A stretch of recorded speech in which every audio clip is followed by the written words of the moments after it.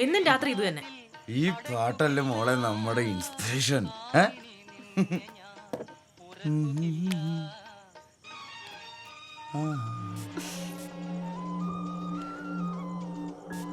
ഓ, ഞാൻ എപ്പോഴും പറയുന്നല്ലേ ഈ സ്മെൽ എനിക്ക് ഇഷ്ടമല്ലാന്ന്. ഈ സ്മെല്ലാണ് എന്റെ ഫേവറേറ്റ് ഐറ്റം. നിനക്കതറിയാലോ. ഈ സ്മെല്ലും നിന്റെ ബോഡി സ്മെല്ലും കൂടി ചേരുമ്പോ അതാണ് അതിന്റെ കോമ്പിനേഷൻ. മതി, നിർത്ത് ഭ്രാന്ത്.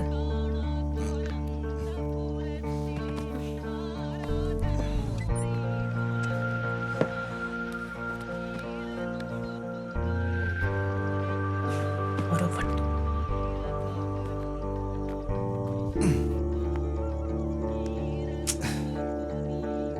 നിന്റെ ഈ കുറുമ്പാണ് എനിക്ക് കൂടുതൽ ഇഷ്ടം. ഇന്നെന്നെ വേദനിപ്പിച്ച കൊല്ലി ഞാൻ. കൊല്ലണം. കൊല്ല.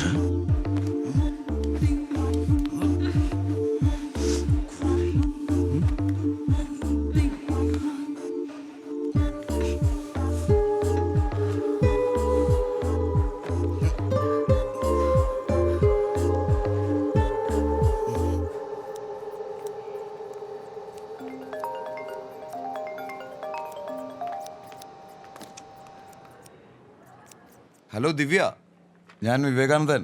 Hi sir. ദിവ്യയുടെ ഫാദറിന്റെ പേപ്പേഴ്സ് എല്ലാം റെഡി ആയിട്ടുണ്ട്. ഓ താങ്ക് യു സർ. എന്റെ പ്രത്യേക ഇൻട്രസ്റ്റിലാന്നേ പേപ്പേഴ്സ് എല്ലാം എത്ര പേര് ശരിയായത് അറിയാലോ. അറിയാം, വളരെ ഉപകാരം സർ. ഞാനിപ്പോ പാർലറിലാണ്, കുറച്ച് ലേറ്റ് ആവും. നാളെ വന്ന് വാങ്ങിക്കാം. അത് ബൈപ്പാസിലല്ലേ പാർലർ?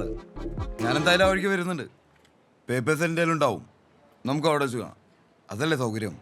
അയ്യോ സാറിന് ബുദ്ധിമുട്ടാവൂലേ? എന്നാ ബുദ്ധിമുട്ട്? നമുക്ക് കുറച്ച് സംസാരിക്കുകയും ചെയ്യാലോ. ലൊക്കേഷൻ അയച്ചാൽ മതി. Okay sir. ഈ ദിവ്യ ബ്യൂട്ടീഷ്യൻ? ഓ ദിവ്യ മുരളീധരൻ.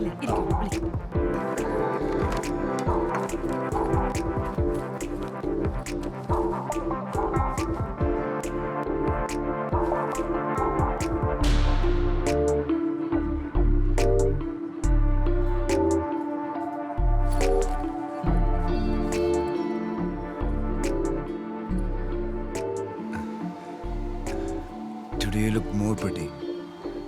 Sir paper. ഓ ഞാൻ മറന്നു. Thank you sir. നമുക്ക് പുറത്തിറങ്ങി ഒരു കോഫി കഴിച്ചാലോ? അയ്യോ സർ, കസ്റ്റമർ ഉണ്ട്. ഞാൻ ഇടയ്ക്ക് വിളിക്കാം. വെറും ഒഫീഷ്യൽ പരിചയം മാത്രമാക്കണ്ട. Sure sir. എന്നാ ഞാൻ ചെല്ലട്ടെ? ശരി. കൊള്ളാം, ബ്യൂട്ടീഷ്യൻ അല്ലേ? പുതിയ ലേഹ്യം വേണ്ടി വരും. ഏറ്റവും വലിയ പ്രോബ്ലം വിവേക. ഏത് വിവേക്? അങ്ങനെ ഒരാളുണ്ട് എൻ്റെ ജീവിതത്തിൽ. കുറച്ച് ആള് വന്നിട്ടുണ്ട്. സൂക്ഷിച്ചു.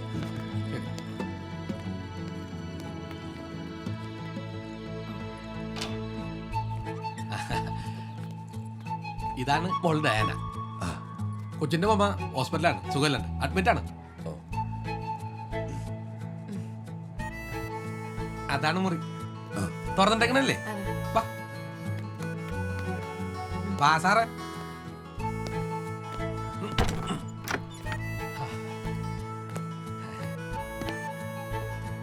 എല്ലാ സൗകര്യം ഉണ്ട് കേട്ടാ. ബാത്റൂം മാത്രം അപ്പുറത്താണ്. ഭയങ്കര കാറ്റാണ് കേട്ടാ, ഫാനൊന്നും വേണ്ട. ആ മോളെ, 6 മാസത്തെ അഡ്വാൻസ് 10,000 രൂപ വാടാ. പുള്ളി അമ്മയ്ക്ക്. പിന്നെ പുള്ളി വേറെ കാര്യം ചോദിച്ചു. മൂപ്പർക്ക് ഹോട്ടലിൽ നിന്ന് കഴിക്കുമ്പോഴേ എപ്പോഴും അതെ വയറ്റിനത്ര പിടിക്കൂലെന്ന്. നമ്മുടെ കിച്ചനോടൊന്ന് ഉപയോഗിച്ചോട്ടെ ചോദിച്ചു. അല്ല, ഭക്ഷണം പുള്ളി വെച്ച് കഴിച്ചോളൂ. ഏയ് അതൊക്കെ ബുദ്ധിമുട്ടാവും. കാലത്ത് 1 മണിക്കൂർ, വൈകുന്നേരം 1 മണിക്കൂർ, അത്രേ ഉള്ളൂ. എങ്കിൽ വാടക കൂട്ടി തരാന്ന്. എത്ര തരും? 15 പറയാം, മൂപ്പര് തരും. ഞാൻ അമ്മയോട് ചോദിക്കട്ടെ.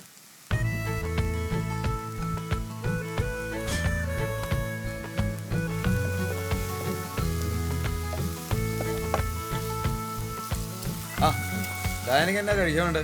ഹേയ് ഞാൻ ഉണ്ടായിക്കോളാം. അതെന്നാ ഞാൻ ഉണ്ടാക്കിയാ കഴിക്കൂലേ? ഹേയ് അതുകൊണ്ടല്ല, ഉണ്ടായിക്കോ. ഇത് കഴിയട്ടെ.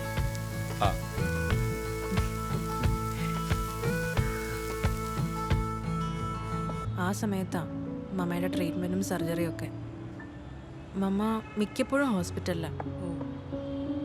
ഇടയ്ക്ക് ഞാനും അയാളും വീട്ടിൽ ഒറ്റയ്ക്കാവും.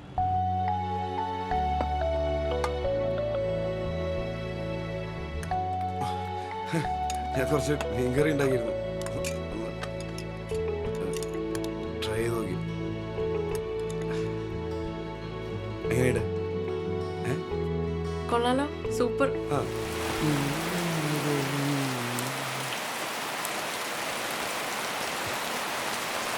ഓഫീസിലേക്കാണോ? അതെ. മമ്മയ്ക്കിപ്പോ എങ്ങനെയുണ്ട്? അങ്ങനെയൊക്കെ തന്നെ. പോരുന്നോ? എപ്പോഴാണ് അയാളോട് ഇഷ്ടം തോന്നി തുടങ്ങിയെന്ന് എനിക്കറിയില്ല. നാട്ടിൽ ഭാര്യയും കുട്ടിയും ഉണ്ടെന്നുള്ള കാര്യം അയാൾ മറച്ചൊന്നും വെച്ചില്ല. ആ ഫ്രാങ്ക്നെസ് തന്നെ ആയിരിക്കും ചിലപ്പോൾ അയാളോട് ഇഷ്ടം തോന്നാനുള്ള കാരണവും. ക്രൈസിസിൻ്റെ സമയത്ത് വലിയ ആശ്വാസമായിരുന്നു അയാളുടെ സപ്പോർട്ടും കെയറും. പലപ്പോഴും ഞാൻ നോക്കുന്നതിനേക്കാൾ നന്നായി അയാളും അമ്മയെ നോക്കി, അയാളുടെ അമ്മയെ പോലെ തന്നെ. അത് പക്ഷേ അയാൾ ശരിക്കും എക്സ്പ്ലോയിറ്റ് ചെയ്തു. ലിവിങ് ടുഗദർ എന്നൊക്കെ പറഞ്ഞപ്പോൾ ആദ്യം അമ്മയ്ക്ക് കലിപ്പായിരുന്നു. തീരുമാനം എടുക്കുമ്പോൾ പലവട്ടം ആലോചിക്കണമെന്നും അമ്മ പറഞ്ഞതാ. പക്ഷെ ഞാൻ കേട്ടില്ല. ഒരു പ്രത്യേക ക്യാരക്ടർ അയാളുടെ. മദ്യം കഴിക്കില്ല, ഹോട്ടലിൽ നിന്ന് ഫുഡ് കഴിക്കില്ല. എനിക്ക് അയാളെ തീരെ മനസ്സിലാക്കാൻ കഴിയുന്നില്ല ഐഷു. ചിലപ്പോൾ ഭയങ്കര സ്നേഹ, അത് റിയൽ ആണോ അഭിനയാണോ എന്നൊന്നും എനിക്ക് അറിയാനേ പറ്റുന്നില്ല. ചില സമയത്ത് എനിക്ക് അയാളെ കൊല്ലാൻ തോന്നും. Perverted sexual mania. അതില്ലാതെ ഒരു രാത്രി പോലും അയാൾക്ക് ഉറങ്ങാൻ പറ്റില്ല. ആ സമയത്ത് വേദനിപ്പിക്കുന്നതാ അയാൾക്ക് പ്ലഷർ. വൈഫിൻ്റെ അടുത്തും അയാളിങ്ങനെ ആവോ? അതറിയില്ല. ആയിരിക്കും. നിനക്ക് അറിഞ്ഞൂടെ, ഇതൊരു തരം അസുഖ. പാർട്ട്ണറെ വേദനിപ്പിക്കുമ്പോൾ മാത്രമേ അവർക്ക് ഈ സെക്ഷൽ പ്ലഷർ കിട്ടുള്ളൂ. വെറുതെ എന്തിനാ സഹിക്കുന്നത്? അയാൾ ഒഴിവാക്കിക്കൂടെ നിനക്ക്? ഞാൻ ആലോചിക്കാറുണ്ട്. മമ്മയോട് പറയാൻ പറ്റാത്തോണ്ടാ. അതും കൂടെ താങ്ങാൻ പറ്റില്ല ആ പാവത്തിന്. ഞാൻ മോളുടെ പ്രോഗ്രാംസ് ഇടയ്ക്കൊക്കെ കാണാറുണ്ട്. ഇവള് കാണിച്ചു തരും. ആണോ? മമ്മയ്ക്ക് വേറെ ഒന്നും ചെയ്യാനില്ലല്ലോ. കുറെ പാട്ട് കേൾക്കും, പിന്നെ യൂട്യൂബും OTT മൂവീസൊക്കെ. ഓ ഞാൻ ഈ സ്റ്റാൻഡിൽ ഫോൺ വെച്ച് കൊടുക്കും. ശരി എന്നാ ഞാൻ ഇറങ്ങട്ടെ മാമ, കുറച്ച് തിരക്കുണ്ട്. ഓക്കെ. എപ്പോ എത്തും പുള്ളിക്കാരൻ? ഓഫീസിൽ നിന്ന് ഇറങ്ങിയ കുറെ ഉത്തേജക മരുന്നുകൾ വാങ്ങി വരും. നീ എനിക്ക് കുറച്ച് ക്യാഷ് തരുമോ? ഒരു 5000. നാളെ മമ്മയുടെ മരുന്ന് വാങ്ങിക്കണം. നല്ല വിലയാ. ഡബിങ് നടന്നെങ്കിൽ ഉണ്ടായിരുന്നേനെ. എല്ലാത്തിനും അയാളോട് ചോദിക്കാൻ ഒരു മടി. ഏയ് ഞാൻ ഇപ്പൊ തന്നെ ഗൂഗിൾ പേ ചെയ്യാം. Don't worry. ഓക്കെ. ഒരു വര വരച്ചു, ഒരു കുത്തിട്ടു. I for ice cream. ഗുഡ്. ഓക്കേടാ, അപ്പൊ ശരി.